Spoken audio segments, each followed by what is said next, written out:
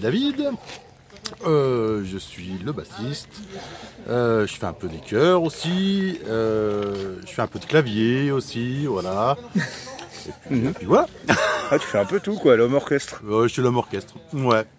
Comment il s'appelle, Rémi Brica du. Je ne sais pas de qui tu parles. Du punk français. Ça doit être un truc de vieux parce que j'ai pas.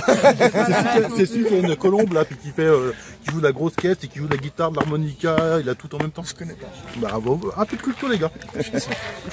À toi. Alors moi c'est Agathe et je suis la batteuse et je fais les chœurs aussi. Voilà. Second voix plutôt. Et donc moi c'est Loïc et je suis le chanteur et le guitariste. D'accord. Voilà. Impeccable. Rocco Glavio, ça existe depuis quand? Alors depuis 5 ans, 2019. tout pile. On a formé le groupe il y a 5 ans. Donc et David est rentré il y a 5 ans tout pile dans le groupe. C'est ça. C'est l'anniversaire un peu ce concert Ouais. C'est 5 ans. Le 15... de ta première répète. Ouais, c'est ça. Donc voilà quoi, 5 ans sur 2019, Covid direct. Donc beaucoup de concerts planqués, cachés au début quoi. Et puis plein de belles rencontres quoi. Je fais tout avec le bonbon. Et puis Agathe en 2020. Début Ouais. 2020. Non, octobre-novembre 2019. Ah ouais, déjà en 2019 Oui. Ah oui, assez rapidement alors. Oui. Ouais, rapidement. En fait, j'ai formé le groupe au début avec Théo, donc, qui était le premier batteur, sur une connerie en fait. C'est parti. À l'époque, je venais en total désordre et on avait une grosse pause parce qu'on avait un changement de batteur. Et puis il y a plein de dates qui m'ont été proposées, donc je les ai pris en fait comme ça, avec Théo en mode rock'n'roll. Et puis au final, c'est devenu un peu sérieux. Puis Théo, il a commencé des études d'infirmier, donc ça collait pas. Et donc, ambulancier? Putain, à chaque fois, non, c'était infirmier, ambulancier. Bon, ambulancier, ah putain. Et au final, c'est Agathe qui a pris le mood, qui avait jamais joué de punk, Voilà. mais qui jouait juste. Le gros changement pour nous, c'était ça.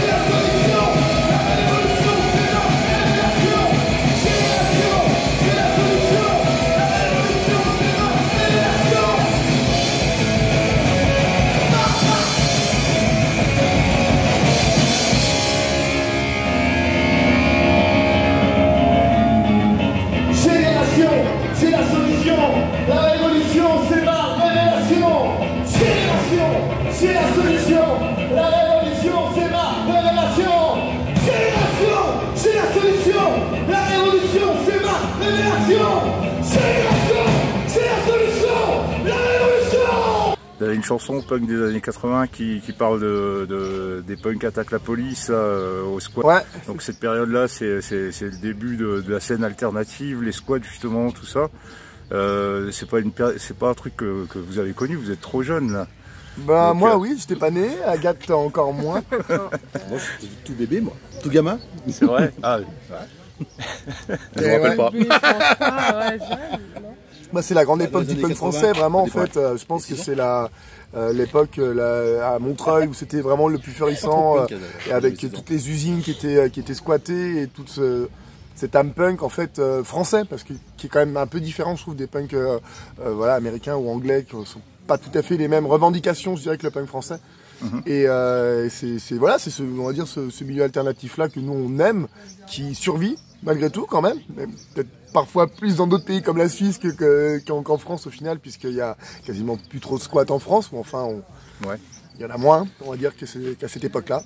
Donc voilà quoi, donc c'est la grande époque de Gilbertin, le vrai punk, on va dire, celui qui a en tout cas poussé le truc jusqu'au bout en braquant des camions de la Brinks, etc. quoi, et c'est vrai que bah, ça fait un peu rêver, donc d'où cette chanson. Mais ça vient aussi d'une photo de Denis Charmeau qu'il avait postée, une photo où il était en perfecto quand il était jeune dans les années 80, et c'est vrai que ça a poussé un peu à cette chanson. Donc, voilà. D'accord. Il nous a inspiré en fait. Ouais, nous un a petit inspiré peu. Denis, voilà. Denis qui nous a inspiré Une c'est chanson. vrai.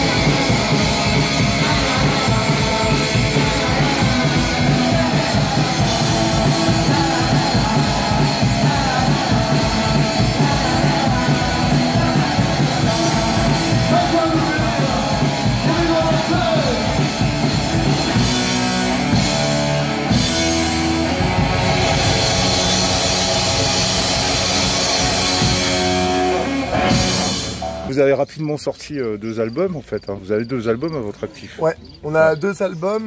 Le premier EP est sorti début 2020. Oui. Ouais, on a essayé d'enregistrer tout de suite, donc en indépendant, on a tous enregistré en salle de répète.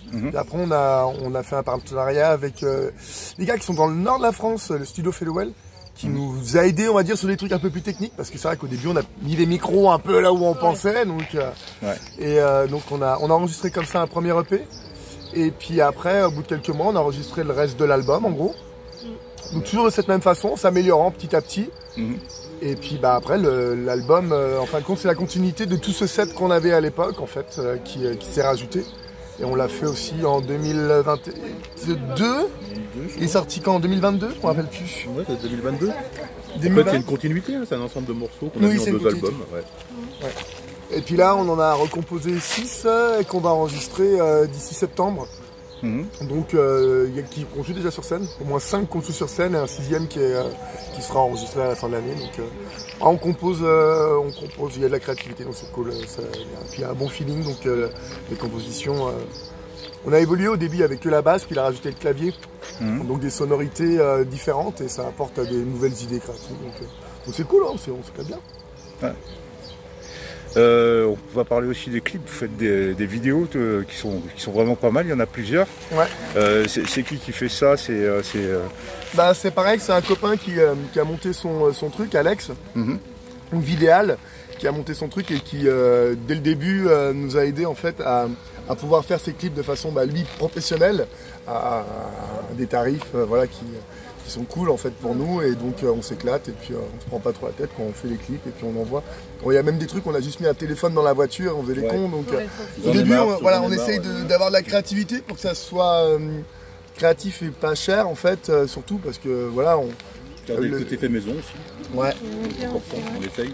Ouais, c'est ça, tout à fait. Puis on a eu Fred qui a fait un morceau avec nous, donc Fred Giraud qui joue dans les Brassens Not Dead maintenant, qui pour le coup nous a mixé un morceau, Société Malade, et qui a fait un solo, donc parce que moi je peux pas faire solo, sinon il y en a qu'un seul dans l'album, c'est celui de Fred. Et pour le coup, sur une tournée, il s'est arrêté, on a tourné dans une grange en 2 heures le clip, et puis voilà en fait, donc on s'adapte et on arrive à faire des trucs cool. J'espère. En tout cas, nous ça nous plaît en tout cas déjà. On s'éclate bien à faire ça. Ouais. Ouais, c'est bien.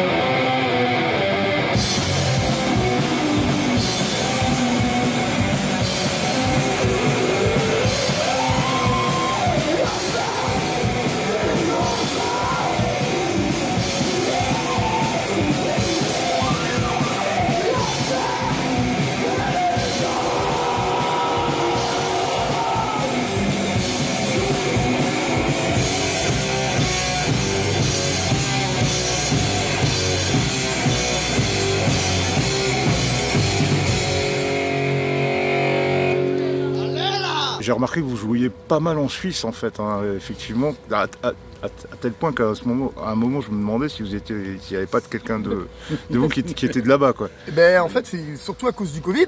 D'accord. En fait, c'est le Covid, c'est la Suisse qui nous a accueillis pendant le Covid en fait. C'est ça. Puis on est à côté, on est en Savoie, donc on n'est pas loin de Genève. Et c'est vrai que la Suisse nous a bien accueillis pendant le Covid, quoi. Parce qu'il y avait encore des squats qui faisaient des concerts, donc on a pu y aller, et qu'il y avait encore des bars qui faisaient des trucs, et que c'était quand même plus libre. Donc il fallait passer la frontière, hein. Mais quand on y était, on y jouait. Et après on a fait les concerts anti-pass sanitaire. Ça nous a ouvert les portes là-bas. En fait. Oui, on a fait un quart, un troisième, un quart c'est ça? Un troisième, un quart, un tiers. 3 c'est tiers. Oui, un tiers de nos concerts en Suisse en fait. Donc oui, c'est vrai qu'on a pas mal joué. Mais en même temps, Grenoble, la scène elle est pas ouf, et il n'y a pas grand chose au final. Lyon, c'est aussi loin que Genève, et puis Genève c'est une vraie ville alternative en fait, on pourrait pas croire, mais en vrai c'est très très alternatif. Donc c'est vrai qu'on est beaucoup par là-bas, on y joue beaucoup. Ça fait une super date à l'usine avec les shérifs il y a 2 semaines qu'on a surkiffé. Ok, ouais. Donc, et puis l'usine quoi, c'est un lieu mythique, donc non, on a de la chance d'être par là-bas et de jouer souvent régulièrement en Suisse, quoi. C'est cool.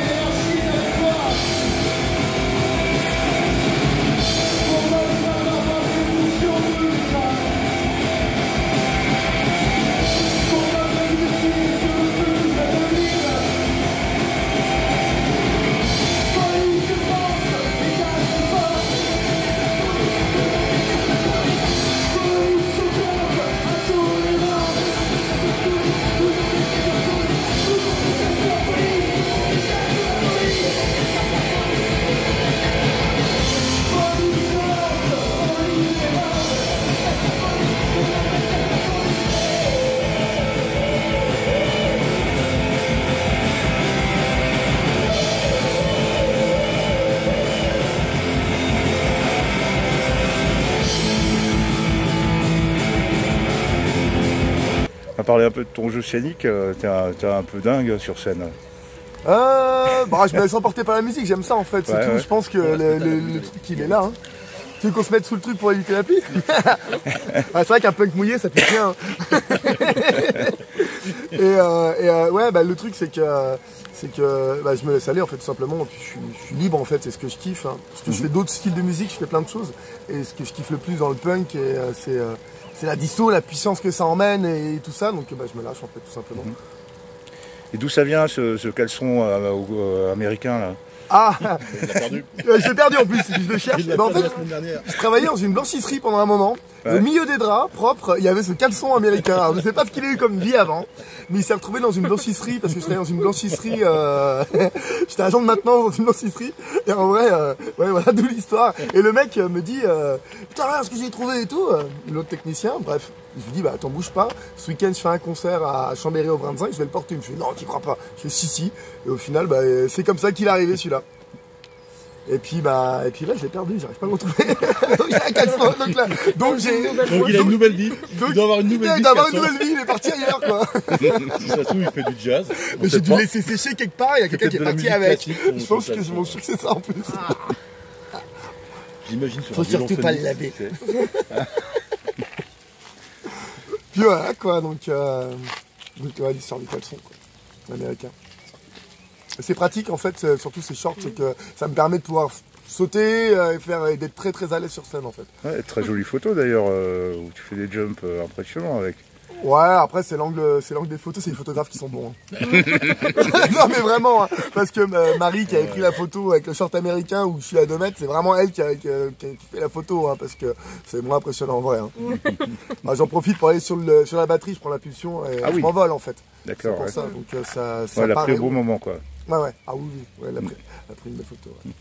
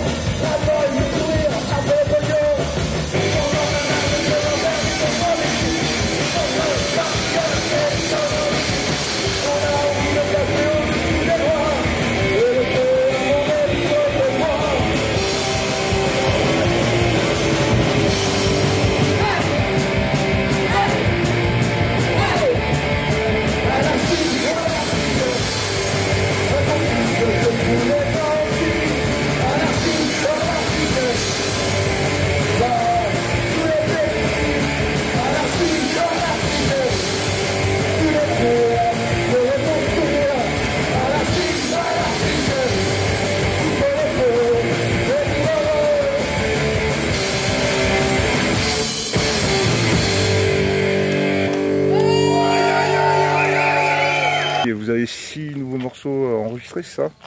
Alors, on a 5 nouveaux morceaux à enregistrer, donc on a 6 morceaux en fait, dont un qui est encore en travaux, mais qui seront enregistrés en septembre, et on a déjà 5 qu'on joue sur scène, qu'on jouera dès ce D'accord. soir, parce qu'on a retravaillé tout un nouveau set cet hiver, et là on arrive avec 6 nouveaux morceaux en plus de ce qu'on avait déjà, donc voilà, peut-être un peu plus brutal, Plus métal. un peu plus métal, un peu plus moderne, on va dire que c'est un peu plus moderne.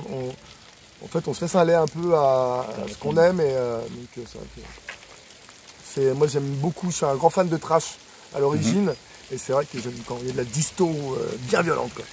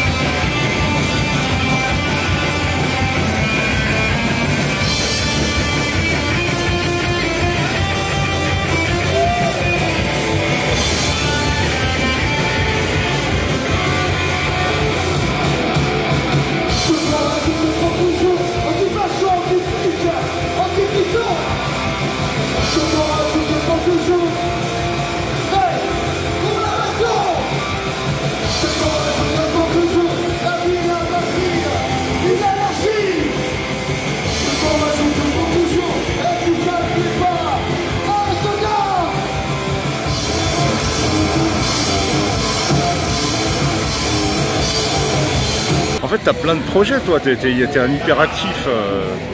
Ouais, bah, c'est ma passion, donc en fait, voilà. Une passion, faut pas se limiter à la passion, en fait. Faut aller à fond, quoi, je pense. Donc je suis à fond dedans. Donc il y a mes projets solo, il y a des projets avec d'autres formations de groupe, il y a eu d'autres choses où j'ai joué dans d'autres groupes, la Bougeotte, Total Désordre, il y a eu pas mal de trucs au final. L'organisation de concerts aussi. On organise des événements caritatifs chaque année qu'on donne à différentes associations. Donc on a fait les Restos du Cœur, et là on en fait un donc, le 16 novembre, c'est pour Solivette. C'est une association qui aide les personnes à la rue et leurs animaux, parce qu'il y a beaucoup de personnes qui sont à la rue avec leurs chiens, sauf qu'ils ne peuvent pas aller dans des centres d'hébergement ni rien, étant donné qu'ils ont leurs chiens, donc ils se retrouvent vraiment dans une drôle de situation. Donc là on fait pour là-dessus, et puis ça va être cool, on a les Beach Boys et plein de groupes sympas qui seront là, donc c'est cool quoi. Voilà, on fait pas mal de choses quoi. On fait des coups de main dans les squats à Genève, bon bref. C'est cool quoi.